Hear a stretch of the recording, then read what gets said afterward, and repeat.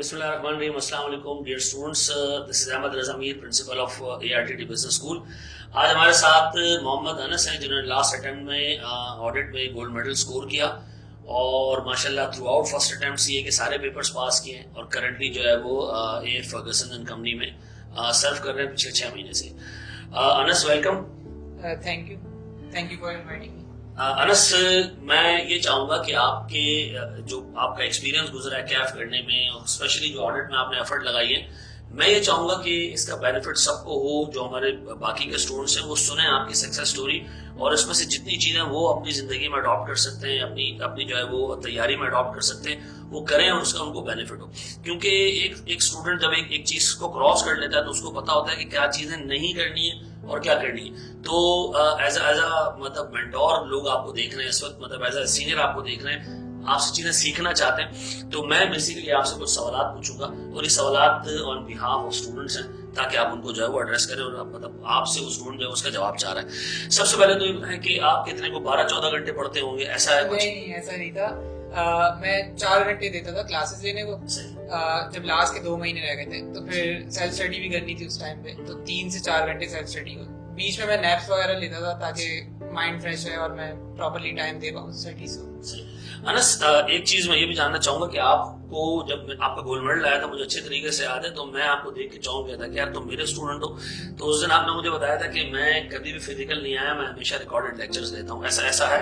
जी ऐसा ही है, क्योंकि असल में मेरा घर थोड़ा दूर है, तो लाइक ट्रैवलिंग टाइम में मुझे 1.5 घंटा लग जाता है अगर मैं हिसाब लगाऊं पर डे आने जाने का। तो वो जब टाइम सेव होता था तो आप एनर्जी भी आपकी सेव होती है, ट्रैवलिंग में जो एनर्जी वेस्ट होती है, तो वो सारी एनर्जी मैं अप्लाई करता था अपनी पढ़ाई वगैरह में, क्लासेस लेने में और इन सब चीजों में। सही, जबरदस्त यार। ये तो एक ऐसा एस्पेक्ट है जो बहुत सारे लोग जो है वो काउंट नहीं करते हैं कि आने जाने का जो टाइम है ये भी कंज्यूम होता है और फिर उसके बाद आप यहाँ से क्लास लेने के बाद जाते हैं तो वो एनर्जी भी नहीं होती कि उसको रिवाइज कर सके। तो खैर ये एक ऐसा एस्पेक्ट है कि जो टेक्नोलॉजी ने मतलब ये वैल्यू ऐड किया और आगे देखते हैं कि सीए के प्रोफेशन पे और इन जनरल पूरी एजुकेशन इंडस्ट्री इस पे क्या असर डालता है। दूसरा सवाल जो मतलब बच्चे आपसे पूछना चाह रहे हैं वो ये पूछना चाह रहे हैं कि ऑडिट के बारे में एक मिथ है, 2 एक्सट्रीम्स ऑडिट के बारे में देखी जाती है। एक एक्सट्रीम ये कि कुछ लोग कहते हैं कि जी आप इसका रट्टा लगाएं, सारी चीजें याद कर लें, हर बार याद कर लें, और एक एक्सट्रीम ये कि आपको ये कहा जाता है कि नहीं यार this subject is all about understanding the concepts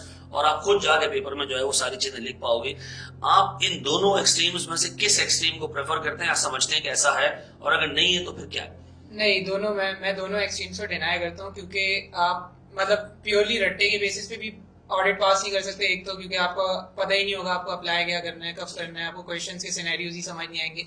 दूसरा, आप टोटल कॉन्सेप्चुअली भी नहीं जा सकते। अब जैसे सब्सटेंटिव प्रोसीजर होते हैं वो ऐसी चीजें जो आपको याद करनी है, वो आप मतलब समझ सकते हो, बट स्टिल कुछ चीजें हैं जो आपको याद करनी है। प्री कंडीशंस ऑफ ऑडिट हो गया, ये सब आपको मानना पड़ता है रट्टा।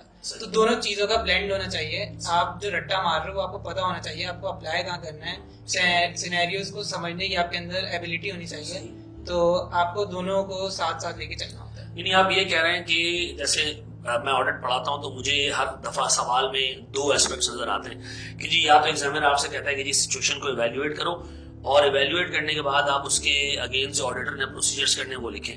तो जैसे मैं बच्चों को पढ़ाता हूँ कहता हूँ इवैल्यूएट करना दिमाग का काम है और प्रोसीजर्स जो है वो आपको याद करके जाने, वो आपने प्रोसीजर्स रिप्रोड्यूस करने, वर्डिंग चेंज करके कुछ प्रोसीजर्स ऐसे होंगे जो उस सिनेरियो में रेलेवेंट नहीं होंगे, वो आपने हटाने, बाकी आपको याद करके जाना है। तो आपका भी एग्जाम मतलब आपकी भी प्रिपरेशन में यही एक्सपीरियंस रहा है? जी मेरा ये एक्सपीरियंस है। मतलब क्वेश्चंस को अंडरस्टैंड करने के लिए, एवेलुएट करने के लिए आपके कॉन्सेप्ट्स क्लियर होने चाहिए। लेकिन जब आप उसमें स्टेप्स लिखोगे, जब आप उसको आंसर करोगे तो आपका रट्टा भी काम आएगा उसमें, ऐसी बात नहीं है। दोनों चीजें होनी चाहिए। सही। अच्छा, तीसरी चीज मैं आपसे ये पूछना चाहूंगा इसमें कि कोर्स कंप्लीशन, यानी जैसे ICAP की एक प्रिस्क्राइब्ड स्टडी टेक्स्ट है, एक तो वो कितनी इंपॉर्टेंट है और दूसरा कोर्स कंप्लीशन कितना इंपॉर्टेंट फैक्टर है सब्जेक्ट के अंदर? कोर्स कंप्लीशन सबसे ज्यादा इंपॉर्टेंट फैक्टर है, क्योंकि आप कुछ भी नहीं छोड़ के जा सकते। इसमें कहीं से भी कुछ भी आया था, मतलब कैफ के हर पेपर में ही ऐसा है, बट ऑडिट में स्पेसिफिकली आपको 100% कवरेज देनी है। आपको लेक्चर्स पूरे करने हैं, आपके पास समरी नोट्स होने चाहिए ताकि आप एग्जाम से पहले फिर अपना टाइम वेस्ट ना करो पूरी बुक्स पढ़ने में। आपके अगर कॉन्सेप्ट्स क्लियर हैं, आपने पढ़ी हुई चीजें, तो आपको समरी नोट्स इनफ होते हैं। उसके अलावा बीच में आपको जैसे जो सर ने मुझे नोट्स प्रोवाइड किए थे वो भी काफी हेल्पफुल थे। स्टडी टेक्स्ट भी मैं देख के गया था, मतलब ऐसा नहीं है कि स्टडी टेक्स्ट में बहुत टाइम मैंने लगाया, बट देख के गया था मैं, तो चीजें देखनी है सारी।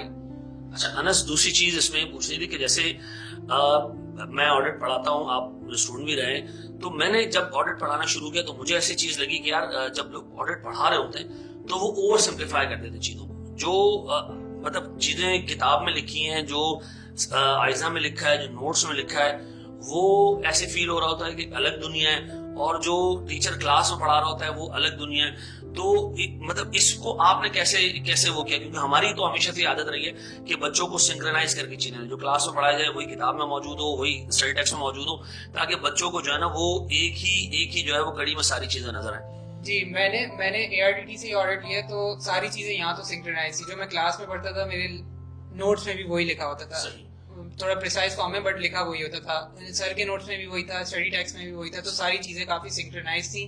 तो मैं घूमा नहीं किसी चीज में, कंफ्यूजन नहीं हुई, सब कुछ काफी प्रॉपर था। अच्छा, आपको मतलब जैसे यहाँ से आपने चीजें कवर की, तो प्रैक्टिस कितनी कराई गई आपको? सिनेरियो बेस्ड क्वेश्चंस कितने कराए गए? इसमें भी जरा जो है वो मुझे बहुत ज्यादा प्रैक्टिस कराई गई। सर आकाश बहुत एम्फेसिस करते थे इस चीज पे कि ड्राफ्टिंग करनी है, और सर अहमद रजा भी, आप भी काफी एम्फेसाइज करते थे कि ड्राफ्टिंग करनी है, केस स्टडी सॉल्व करो। सो ये सब मैंने किया, तो मुझे काफी हेल्पफुल था मेरी। अच्छा, इस पे एक छोटी चीज मैं आपसे और जानना चाहूंगा कि मतलब आप जब ऑडिट पढ़ते थे तो एक बंदा एक सीक्वेंस में चीजें कवर किए जा रहा होता है, और फिर उसके बाद उसका कांस्टेंट रिवीजन भी जरूरी होता है, क्योंकि ये चीजें आपको याद भी करनी है। तो कितनी फ्रीक्वेंसी से आप एक पढ़ी हुई चीज को रिवाइज करते थे? मैं क्लास के फौरन बाद एक तो रिवाइज करता था, जो भी नोट्स मैंने बनाए होते थे उनको एक नजर मारता था। फिर ये है कि जब एग्जाम से 2 महीने रह गए थे तो फिर मैं एक ही फ्लो में पढ़ रहा था, मतलब क्लासेस जो एंड की क्लासेस चल रही थी वो ले रहा था, बट मैंने शुरू से रिवीजन शुरू कर दिया था। तो वो फिर एक ही फ्लो में मैंने 1.5-2 महीने में सब कुछ रिवाइज किया, तो वो रिटेन हो गया था सब। अच्छा अनस, आखिरी सवाल मैं आपसे पूछना चाहूंगा कि ARTT ने आपको कितना हेल्प किया? आपने ऑडिट यहाँ से क्यों पढ़ा? मैंने ऑडिट यहाँ से इसलिए पढ़ा क्योंकि मैं AFC यहाँ से लिया, और जब मैं कैफ में आया तो कैफ की मैंने सर से FAR1 पढ़ा था, सर अहमद रजा से, तो मुझे इनकी चीजें बहुत अच्छी तरीके से समझ आती थी। तो एक फ्लो मेरा बना हुआ था, तो फिर आई डिसाइडेड कि मैं ऑडिट भी इन्हीं से पढ़ूंगा। तो ARTT में ये बात है कि ये टीचर्स बहुत कोऑपरेटिव होते हैं और स्टूडेंट्स को मतलब बहुत ज्यादा हेल्प आउट करते हैं, नोट्स वगैरह प्रोवाइड करते हैं, मतलब everything is really good here. अच्छा जी, बस बच्चे आपसे ये भी जानना चाहेंगे कि गोल्ड मेडल, जब आपको गोल्ड मेडल आया था तो आपको क्या पता था उस वक्त कि जी आपको गोल्ड मेडल आने वाला है, या आपके लिए खुद एक सरप्राइज था? मेरे लिए खुद एक सरप्राइज था। मैं बस एक्सपेक्ट कर रहा था कि मेरा कैफ क्वालिफाई हो जाएगा, और जब रिजल्ट आया तो मैं कैफ क्वालिफिकेशन का मैसेज देखा, बस वो इनफ था। मैंने अपने पेरेंट्स को बताया, वो काफी खुश थे। मतलब मैंने ICAP की वेबसाइट पे जाके देखा भी नहीं था कि मेरिट होल्डर्स कौन है, गोल्ड मेडलिस्ट कौन है। हाँ, मैं खुद एक्सपेक्ट नहीं कर रहा था। फिर मेरे एक दोस्त का मैसेज आया था कि कॉन्ग्रेचुलेशन। मैंने सोचा कि मैंने किसी को बताया नहीं अभी तक क्वालिफाई हुआ हूँ या नहीं मैं, तो मतलब अपने पेरेंट्स के अलावा, तो ये किस चीज पे कॉन्ग्रेचुलेशन बोल रहा है। तो नहीं, माशाल्लाह, जब आपका रिजल्ट आया था तो हमने आपका जब यहाँ सर्च किया तो आपका नाम आया, फिर आपको कॉल की माशाल्लाह, और मुझे बड़ी खुशी हुई कि यार आपने इतनी ज़बरदस्त मेहनत करके आप यहाँ तक पहुँचे। अल्लाह ताला आपको आगे भी कामयाबियाँ दे। बस एक छोटी सी चीज़ मैं और आपसे जानना चाहूँगा कि इस वक्त जो लोग बाकी के लोग पढ़ रहे हैं उनको आपकी एक नसीहत क्या होगी कि वो किस तरीके से ऑडिट को पढ़ें?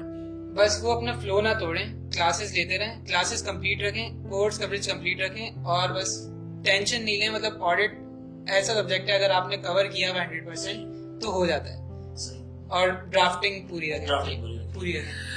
Thank you very much Anas की आपने सारी बातें सुनी। आई होप आपके ये सारी बातें आपके काम आएंगी।